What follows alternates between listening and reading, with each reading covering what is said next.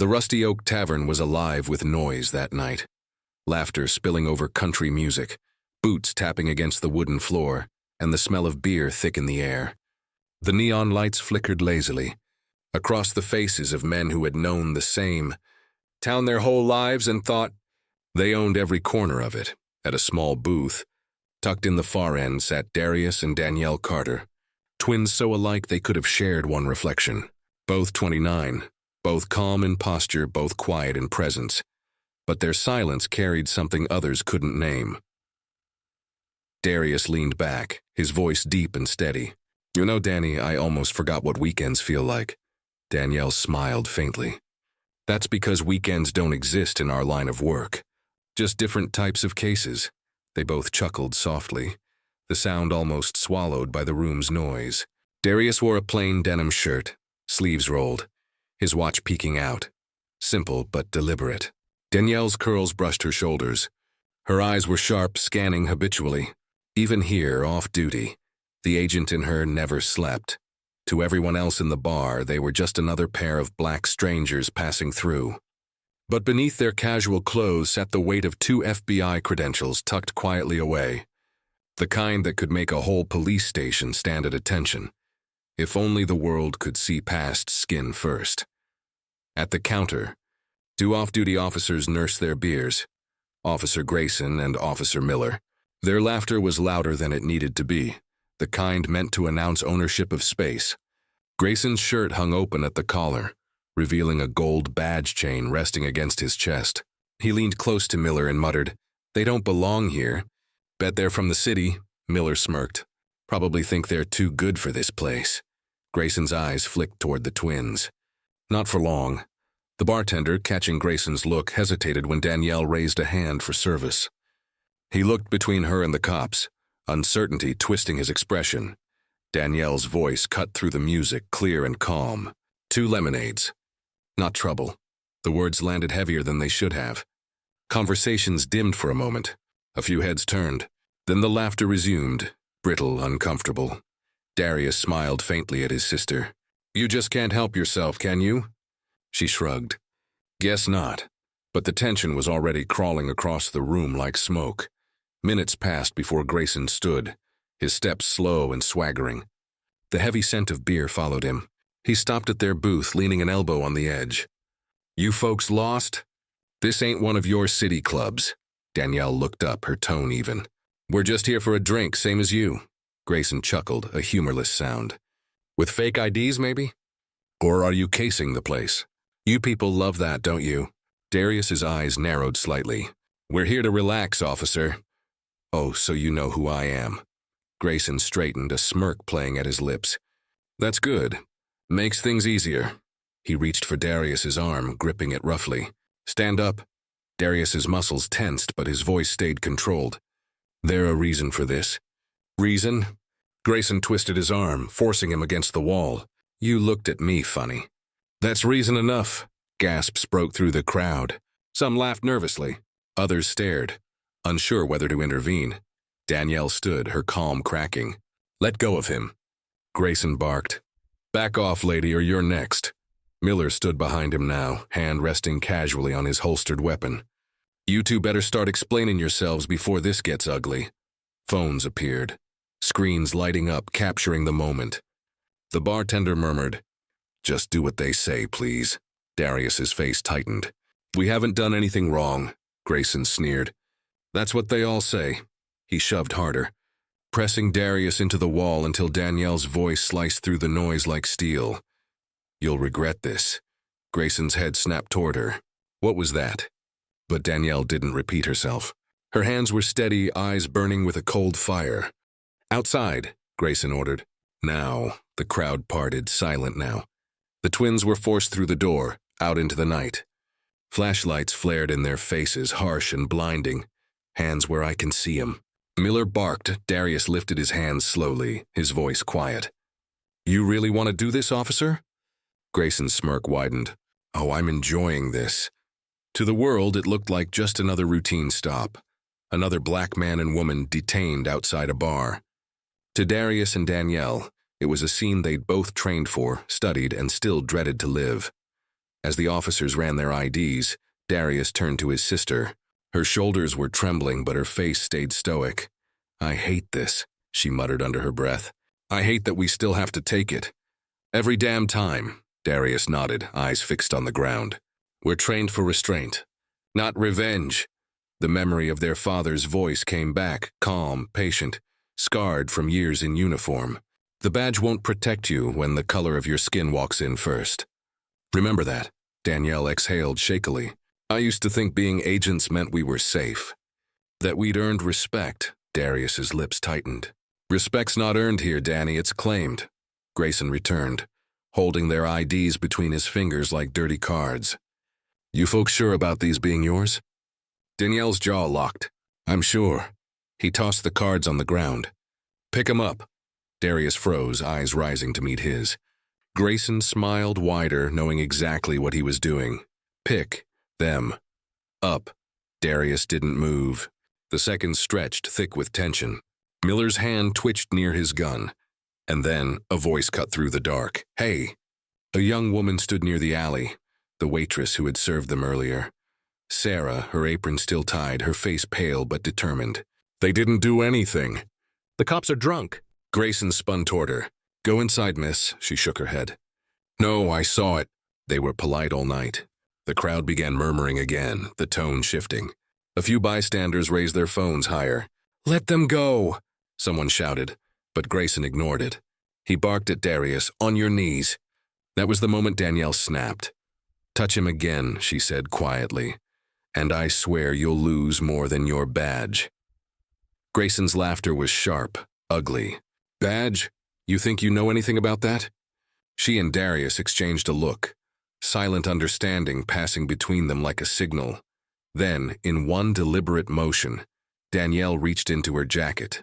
Gasps rippled through the crowd. Miller tensed, half drawing his gun. But instead of a weapon, Danielle pulled out a small black wallet. She flipped it open, her voice steady. "Federal Bureau of Investigation." The street fell silent. The badge glinted beneath the streetlight. Gasps turned to whispers. Grayson's hand fell away from his gun. Darius straightened, brushed off his sleeve, and calmly reached into his pocket, pulling out his own badge. "We know everything about badges," he said, his tone low but resonant. "Question is, do you?" The crowd erupted in shock. Phones trembled in hands. Sarah covered her mouth. Grayson took a step back, stammering. This some kind of joke?" Danielle's expression didn't change. "No, but the way you handled us tonight?" "That is a crime," Miller's voice cracked. "We didn't know." "Didn't know what?" She interrupted sharply. "That we were human? Or that we outrank you?"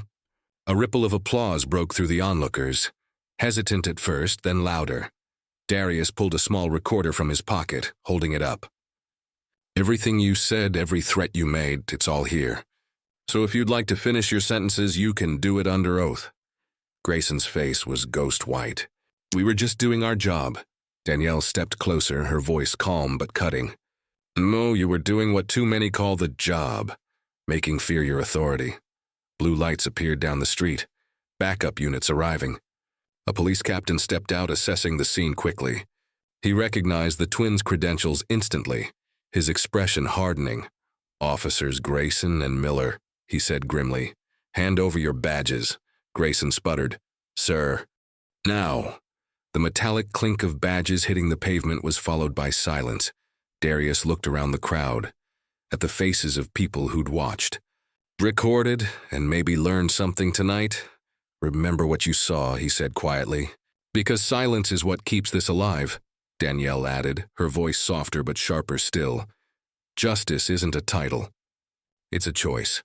Every one of you has to make it." Applause broke again, not loud, but real. As Grayson and Miller were led away, Sarah approached the twins, still trembling. "I'm sorry. I should have said something sooner." Darius placed a hand on her shoulder. "You did. That's what matters," Danielle smiled faintly. "You spoke up. Most people don't." Sarah's eyes filled with tears. "I just couldn't watch it happen again." "Then don't ever stop," Danielle said softly. A week later, the video was everywhere. 10 million views in 3 days. The headline read, "FBI twins harassed by local cops. Turn racism into accountability. The Rusty Oak Tavern shut its doors temporarily. The police department launched an investigation. Grayson and Miller were suspended, pending formal charges. Danielle sat by their apartment window, coffee cup in hand. They wanted to humiliate us, she said quietly. But now the whole world's watching them instead. Darius smiled faintly. That's the thing about truth. You can't arrest it, their father called that night, his voice thick with pride. You two handled it right, he said. You fought back without firing a bullet. That's the kind of power they'll never understand. Danielle's eyes softened. We learned it from you, Dad. Weeks later, they were honored quietly within the bureau, not for what they revealed, but for how they handled it. When asked what they'd learned, Danielle said, sometimes justice wears a badge, and sometimes it has to remind another badge what it means. That night they walked side by side through the city. The streets were quiet, the air cool. As they passed a parked police cruiser, Darius glanced at his sister and said, "Funny how fast the tables turn when respect finally shows up wearing brown skin." Danielle smiled. "Yeah," she said softly. And this time it had a badge to match. Months passed, but the world didn't forget. The video of the Carter twins had become more than a viral headline. It had become a movement. Across the country, people replayed that moment when Danielle pulled out her badge, when truth silenced arrogance, when calm dignity shattered centuries of prejudice. Clips were shown in classrooms, in police training centers, in seminars about ethics and justice. College students quoted Darius's line, "You can't arrest the truth." Activists printed it on banners. Even those who had doubted what they'd seen couldn't deny the quiet power behind those words. For the first time in a long time, conversations started, not just about racism, but about accountability, identity, and courage. The Carter twins hadn't shouted, hadn't fought. They had shown. Back home in their father's living room, Samuel Carter sat in his old recliner, the television humming softly. His silver hair caught the glow of the screen as he watched his children's faces appear in an interview replay. Danielle's voice filled the room. It wasn't about revenge. It was about showing that restraint can be stronger than rage, that we can be the proof of what justice should look like. The camera panned to Darius beside her. Quiet as always, adding simply, "We didn't want to humiliate anyone. We wanted to remind them, power doesn't belong to those who abuse it. It belongs to those who uphold it." Samuel exhaled, pride glistening in his tired eyes.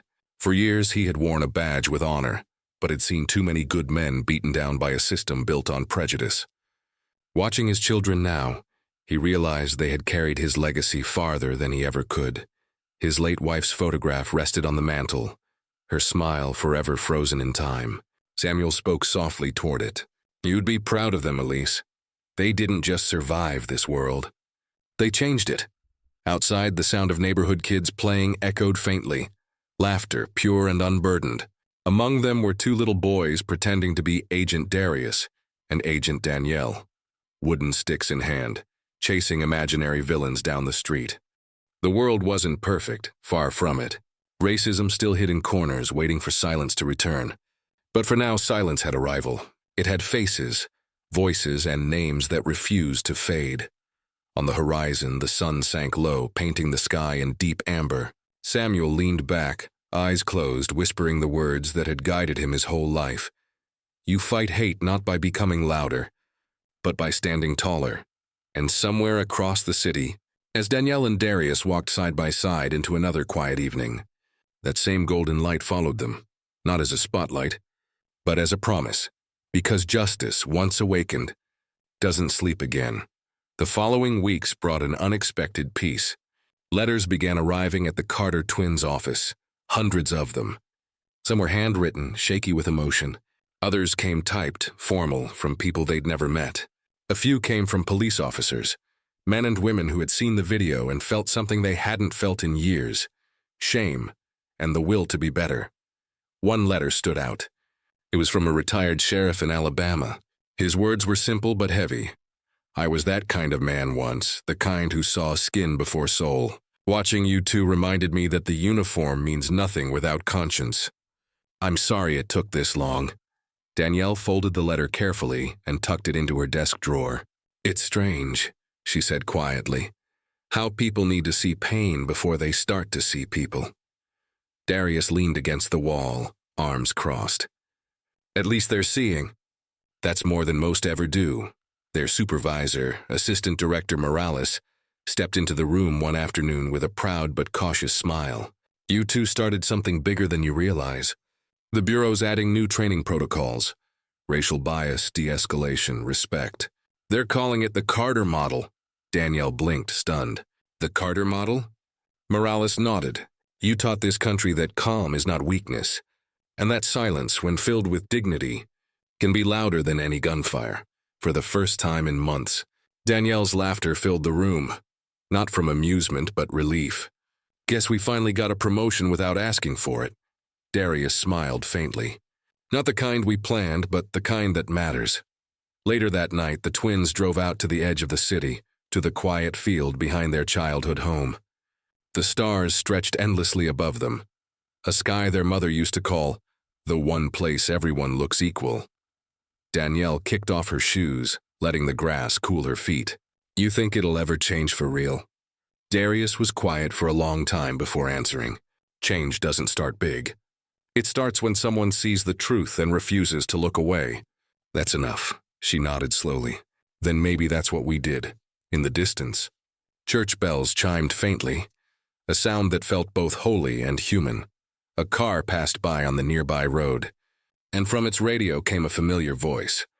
A news anchor reporting, the Carter siblings, who gained national attention after standing up to racial profiling, have officially launched the Carter Foundation, a national initiative supporting fairness in policing and community education.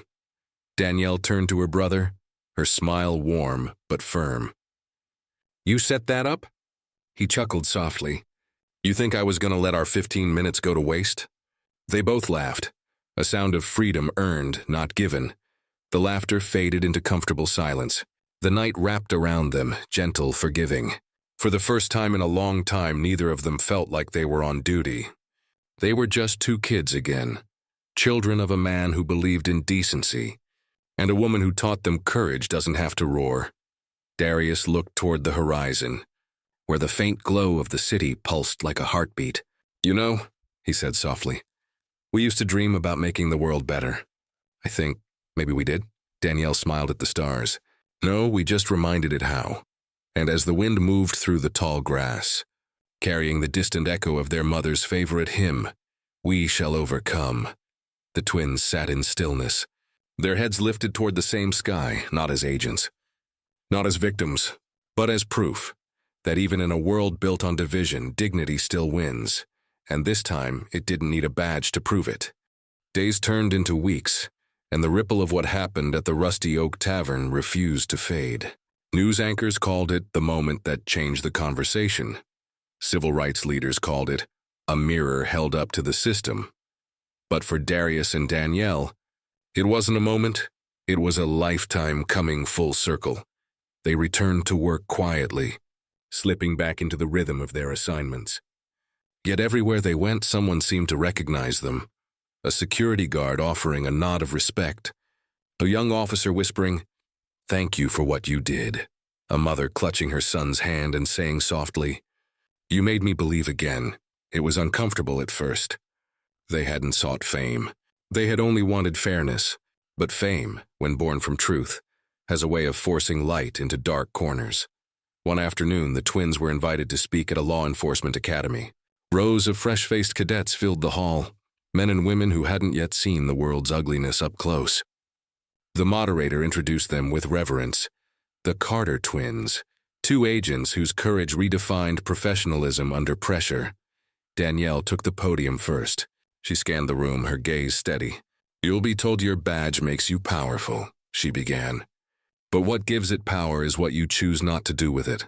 The room was silent. She continued, her voice soft but unwavering. "When my brother and I were humiliated in that parking lot, we had every right to react, but we didn't.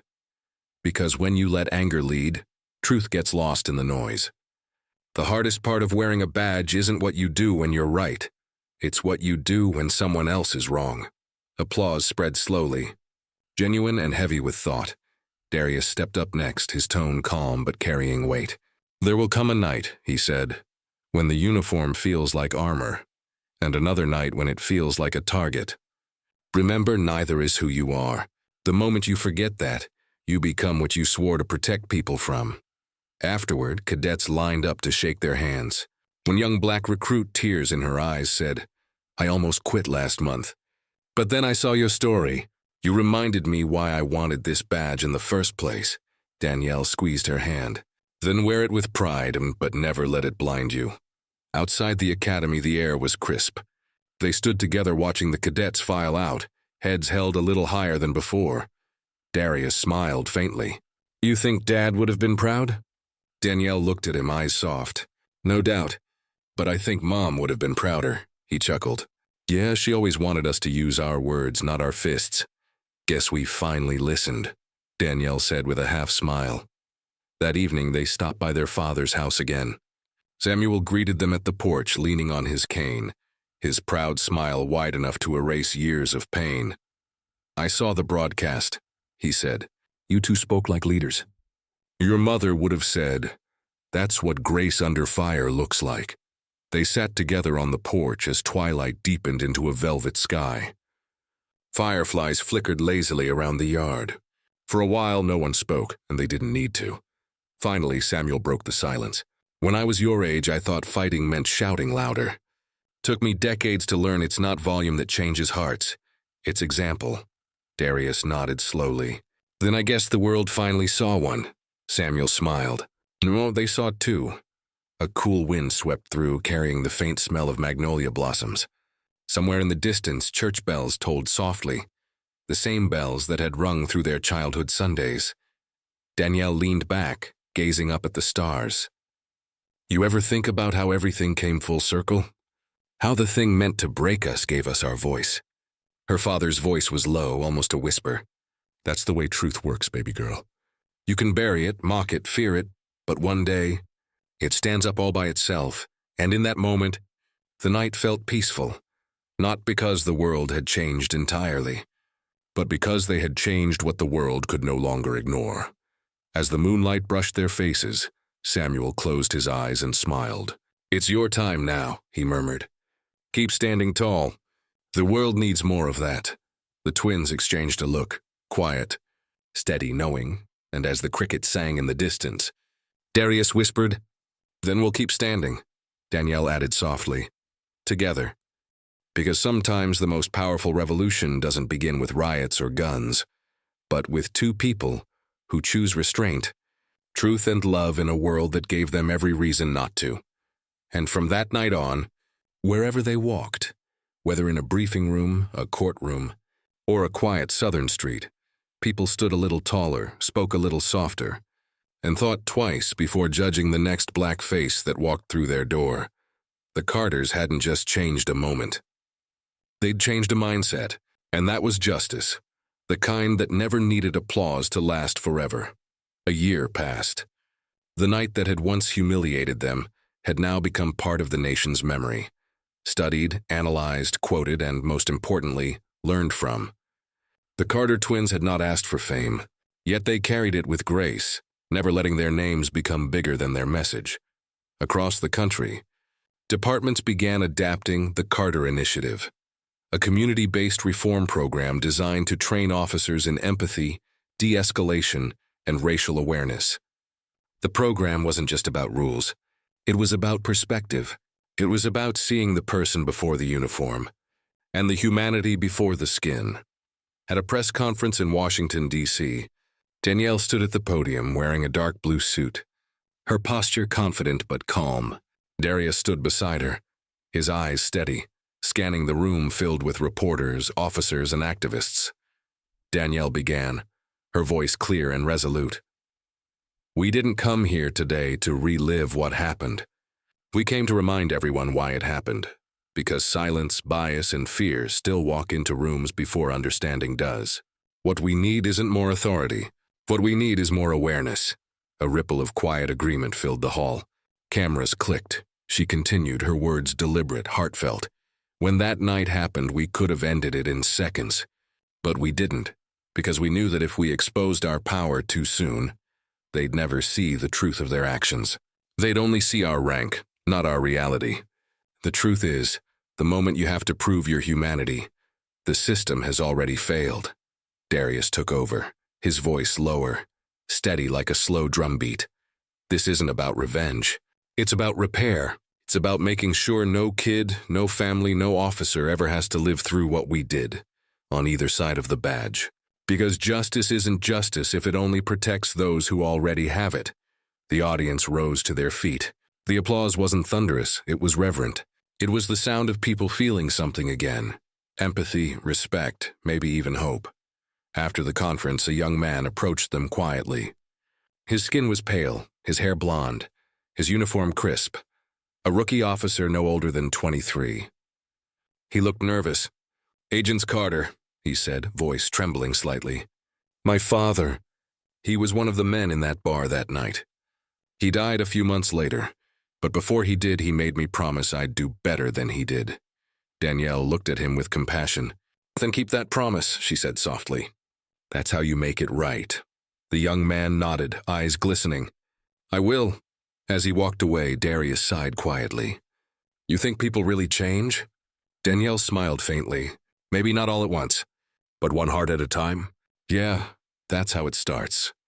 Later that evening, the twins stood on the steps of the Lincoln Memorial, looking out over the reflecting pool. The city lights shimmered on the water's surface like 1,000 small fires, some burning bright, others faint, but all alive. Danielle crossed her arms, her voice soft. "Funny how this place has seen so many people fight for the same thing, generation after generation, and yet the fight never really ends." Darius nodded. "Maybe it's not supposed to end. Maybe it's supposed to keep reminding us who we are when the world forgets." She smiled. "Always the philosopher, huh?" He grinned. "Only on the good days." A soft breeze swept through, carrying the distant hum of the city. Tourists lingered nearby, some recognizing them, others just passing by, unaware that history was quietly standing among them again. For a long moment, neither twin spoke. They just stood there, side by side, staring at the glowing monument that once watched over Martin Luther King Jr., as he dreamed aloud for justice that still echoed through time. "Finally," Danielle whispered, almost to herself, "we're part of that dream now, aren't we?" Darius looked at her, eyes glimmering with quiet pride. "No," he said gently, "we're proof that it's still alive." And as the night deepened over Washington, the Carter twins turned to walk away, not as victims, not as heroes, but as carriers of a legacy that would never again be silenced. Because true justice doesn't end in the courtroom or on the streets, and it lives in every choice made to stand tall when the world demands you kneel. And as long as there were people like them, the fight and the light would never fade. Months later, life had slowed down, but not in the way the Carter twins expected. The noise of public praise had quieted, replaced by something far deeper, quiet recognition. Communities across the country began hosting Carter Talks, open forums where citizens and police could share experiences, tell the truth, and listen without fear of judgment. The twins didn't attend them all, but their presence was felt everywhere. In small towns and big cities, murals began appearing, two silhouettes standing shoulder to shoulder, backlit by a single word painted bold and bright: dignity. Danielle had returned to her fieldwork, mentoring younger agents. She'd earned a new title, supervisory agent, but the badge still felt the same in her hands, a weight of duty, not pride. At night, she would sit on her balcony overlooking the Atlanta skyline, sipping tea and reading letters from strangers. One, written in careful cursive, read, "My son is black. He wants to be a cop." I was terrified to let him. "Then he saw you on TV. He said, 'Mama, I want to be like them, strong but kind. Thank you for giving him hope.'" She held the paper to her chest, eyes wet but smiling. "Hope," she whispered. "That's the real mission, isn't it?" Meanwhile, Darius had joined a new division within the Bureau, a task force dedicated to police accountability. It was quiet work, mostly paperwork and briefings, but he took it seriously. He knew the war for fairness wasn't won with loud speeches, but with the steady rewriting of broken systems. Late one Friday, he walked into a community center where a youth group was meeting. Dozens of teenagers, mostly Black and Latino, sat in folding chairs, their faces curious and skeptical. They'd been told an FBI agent was coming to speak, and most expected a lecture about choices and discipline. But Darius didn't lecture. He told stories about his father's struggle, about Danielle's courage, about the night they stood their ground. He didn't hide the pain either. "You'll hear people say the world's fair now," he said, pacing slowly. "They'll say racism's a thing of the past. But fairness isn't history, it's work. And every day you breathe, you're part of that work." A boy in the back raised his hand. "So how do we even start? Feels like nobody listens to us anyway." Darius smiled, remembering the helplessness of that night outside the Rusty Oak Tavern. "You start by listening to yourself," he said, "by refusing to let their ignorance make you smaller. And when your chance comes to speak truth, don't shout. Stand still. Let the truth do the shouting for you." The room was silent, not because they were afraid, but because they understood. That night, as Darius drove home, he saw something that made him pull over. A mural painted across an old brick wall downtown. Two figures stood tall, one man and one woman, facing a line of faceless uniforms. Above them, in bold letters, it read, "Respect doesn't ask for permission."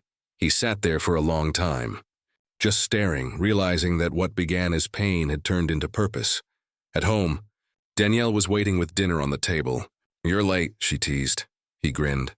"Got caught looking at our faces on a wall." She laughed softly. "Again?" "Yeah," he said. "But this one felt different.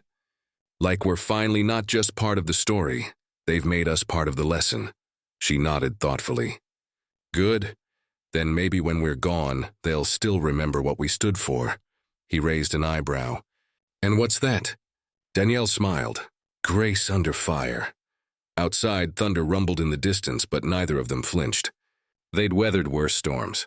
They'd seen what ignorance could do, but they'd also seen what courage could undo. As they sat together, a soft rain began to fall, tapping gently on the windows. Darius looked out and said almost to himself, "You know what I realized? That night at the bar, it wasn't about us proving who we were. It was about showing them what humanity looks like when it refuses to break." Danielle reached across the table, placing her hand over his. "And it worked," he smiled faintly. "Yeah, it did." Outside, the rain washed the streets clean, glistening beneath the streetlights. Somewhere, another young Black man was being treated with respect because of the stand they took. Somewhere, a cop thought twice before pulling a trigger. Somewhere, a mother slept easier knowing her children had someone to look up to. And for the first time in a long, long while, the Carters let themselves rest. Because sometimes justice doesn't roar. Sometimes it whispers through lessons, through legacies, through love that refuses to fade. And that whisper, once released, can echo loud enough to change the world. Weeks later, as autumn settled over Atlanta, the Carter twins found themselves in unfamiliar territory. Peace. The chaos that had once consumed them had given way to stillness. But it wasn't emptiness. It was clarity. The world was still imperfect, but their hearts were steady. Danielle sat on a park bench, notebook in hand, watching children chase each other through golden leaves. Their laughter reminded her of what she and Darius had fought for. Not fame, not revenge, but the right for moments like this to exist freely. She was writing again, something she hadn't done since before the incident. Her pen moved with purpose. We didn't win by shouting. We won by standing still, by being unshakable in a storm that demanded our silence. That night wasn't our battle. It was a mirror for the world to finally see itself. Her words would later become the opening line of her first book, Grace Under Fire, The Carter Principle. At the same time, Darius was miles away, attending a ceremony at the FBI Academy in Quantico. The Bureau had quietly renamed its Internal Ethics Award after the twins, the Carter Medal for Integrity in the Line of Duty. When his name was called to present the award, Darius stood before a hall of agents in crisp uniforms and said, "This isn't about us. It's about remembering that strength without compassion is just another form of weakness." He paused, then added, "And when you wear this badge, remember, it's not protection from the world. It's a promise to face it. After the ceremony, as he left the building, a senior agent stopped him. You and your sister changed this place, you know. We used to train for control. Now we train for conscience, Darius nodded, humbled. That's all we ever wanted. Later that evening, he met Danielle downtown at their favorite old diner, the same one their father used to take them to after church. The waitress, an older black woman with kind eyes, smiled when she saw them. Look at y'all, she said warmly. Still sitting in the same booth, but sitting a little taller now. Danielle chuckled. Guess some things never change. They ordered the same meal, grilled cheese, fries, and sweet tea. A simple meal for a life that had become anything but. As they ate, Darius looked around the diner. Families laughing, friends talking, strangers smiling. It felt ordinary, but that was exactly what made it sacred. You know, he said, stirring his tea. For the first time in years, I feel like we did something that'll outlive us. Danielle leaned back, her expression soft but proud. We didn't just fight back, Dee, we built something. Something real, he nodded. Yeah, we didn't change the whole world. But we changed the part we could reach, she smiled. And that's how every world changes. The jukebox in the corner began playing an old Sam Cooke song. A change is gonna come. Danielle closed her eyes for a moment, letting the melody wash over her. It felt like a prayer answered generations too late, but still right on time. When they left the diner, the night air was cool and quiet. The city glowed beneath streetlights, humming with life. They walked side by side down the sidewalk, just as they had that night a year ago. Only this time, there was no fear in their steps. As they passed a police cruiser idling near the curb, a young officer rolled down the window. Agents Carter? He asked hesitantly. Darius turned, surprised. Yeah? The officer nodded. I just wanted to say thank you. My precinct changed because of what you did. We still got work to do, but at least now we know we've got work to do. Danielle smiled warmly. That's the first step, she said. He nodded again before driving off. The twins exchanged a glance, quiet understanding passing between them. Every step counts, Darius said softly. Every one. Danielle agreed. They continued walking until the city skyline opened before them, a blend of glass, light and sky, reflecting both history and hope. The world hadn't become perfect. Prejudice hadn't vanished. But the ground beneath them no longer felt hostile. It felt like home. And in that still moment, surrounded by the hum of cars and the glow of distant stars, Danielle whispered, We didn't just survive the storm, Darius. We became the calm after it, he smiled faintly. No, sis. We became the thunder that reminded it why it should never come back. And together, beneath the quiet heartbeat of a city learning to see, they walked forward. Not as symbols, not as heroes, but as living proof that courage born from pain can change the world. One night, one badge, one truth at a time. Their story had begun with humiliation. It ended with healing, and somewhere in between, it became history.